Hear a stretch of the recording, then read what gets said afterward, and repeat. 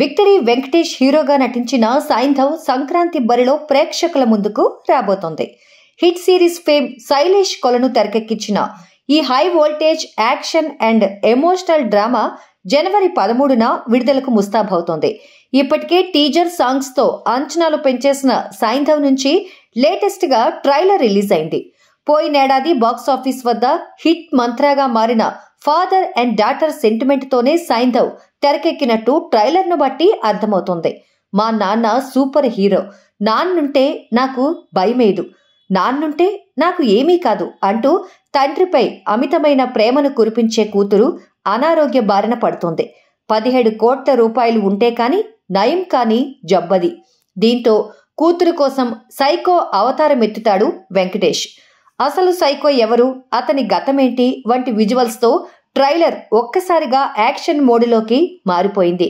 ఆర్య, నవజుద్దీన్ సిద్దికీ వంటి భారీ తారాగణంతో ట్రైలర్ ఆద్యంతం హై వోల్టేజ్ యాక్షన్ ఫీల్ ను కలిగిస్తుంది. ఈ మూవీలో బేబీ సారా, శ్రద్ధ శ్రీనాథ్, రుహానీ శర్మ, ఆండ్రియా, ముఖేష్ రుషి, జిషు సేన్ గుప్తా ఇతర కీలక పాత్రలు పోషిస్తున్నారు. నానితో శ్యామ్ సింగరాయ్ వంటి హిట్ మూవీని నిర్మించిన నిహారిక ఎంటర్టైన్మెంట్స్ ఈ సినిమాని నిర్మిస్తోంది.